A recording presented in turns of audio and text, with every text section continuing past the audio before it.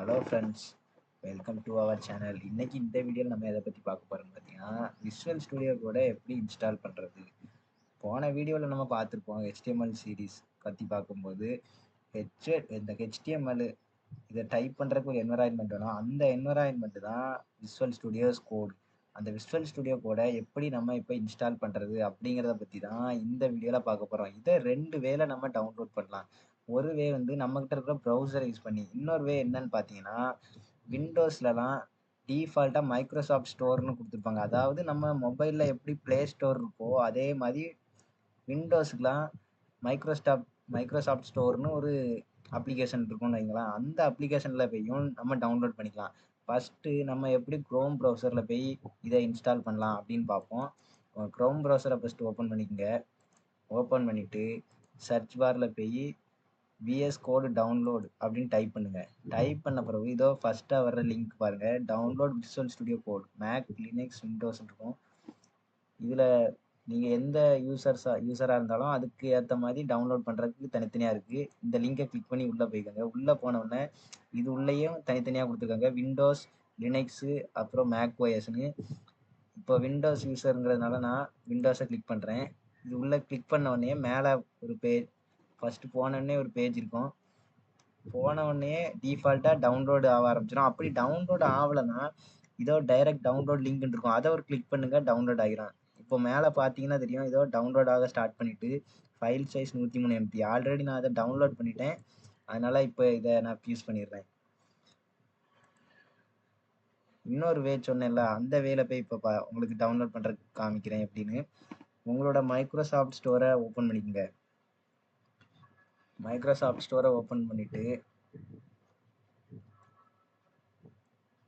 அந்த மைக்ரோசாஃப்ட் ஸ்டோரில் சர்ச் பார் இருக்கும் மேலே.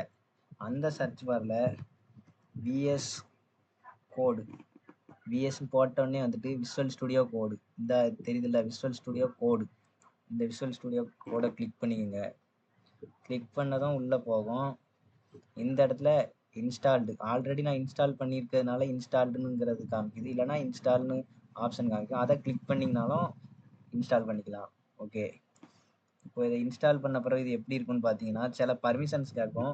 நம்ம மொபைல்லலாம் எப்படி அப்ளிகேஷன் கேட்குமோ அந்த மாதிரி பர்மிஷன், அப்புறம் ஆக்சஸ் பண்ணுற கேட்கும். அது எல்லாத்துக்கும் நெக்ஸ்ட் கொடுத்து ஃபினிஷ் கொடுத்துக்கு ஓப்பன் பண்ணிக்கோங்க. ஓப்பன் பண்ணதும் உங்களோட விஷுவல் ஸ்டுடியோ கோடோட இன்டர்ஃபேஸ் ஃபஸ்ட்டு இப்படி தான் இருக்கும், இந்த மாதிரி தான் இருக்கும். இதில் வந்து என்ன பண்ணணும்னா, நம்ம இதில் தான் நம்மளோட HTML வந்து டைப் பண்ணி ரன் பண்ணி பார்க்க போகிறோம். இதில் நம்ம டைப் பண்ணுறதுக்கு முன்னாடி HTML ஒவ்வொரு டைமும் டைப் பண்ணுறதுக்கு முன்னாடி ஒரு நியூ ஃபோல்டர், ஒரு ஃபோல்டரில் தான் நம்ம அந்த HTML ஃபைலெல்லாம் நம்ம சேவ் பண்ணி வைப்போம். அதுக்கு ஒரு தனி ஃபோல்டர் க்ரியேட் பண்ணிக்கலாம். ஓப்பன் ஃபோல்டர்னு இருக்கும், இதை கிளிக் பண்ணிக்கங்க. கிளிக் பண்ணிவிட்டு இதில் போய் நம்ம ஒரு நியூ ஃபோல்டர் க்ரியேட் பண்ணிக்கலாம். நியூ ஃபோல்டரில் ஏதாவது ஒரு நேம் கொடுத்துக்கலாம். HTMLன்னு சும்மா கொடுத்துக்கிறேன். கொடுத்துட்டு ஓகே, இதை செலக்ட் பண்ணிக்கிறேன். செலக்ட் ஃபோல்டர் கொடுக்கணும். செலக்ட் ஃபோல்டர் கொடுத்ததும் உள்ளே வந்துடும். இப்போ இதுக்குள்ளே இந்த ஃபோல்டருக்குள்ளே நம்ம ஃபைல்ஸ்லாம் க்ரியேட் பண்ணணும். இந்த ஃபோல்டருக்குள்ளே நம்ம வந்து நிறையா ஃபைல்ஸ் நம்ம ஃபைல் க்ரியேட் பண்ணி நம்ம யூஸ் பண்ண போகிறோம். இதோ தெரியுதுல்ல நியூ ஃபைல், இதை கிளிக் பண்ணிங்கன்னா இதுக்குள்ளே ஒரு ஃபைல் க்ரியேட் பண்ணுற ஆப்ஷன் வரும். இதில் வந்து நம்ம எந்த நேம்னாலும் நம்ம ஃபைலுக்கு கொடுத்துக்கலாம்.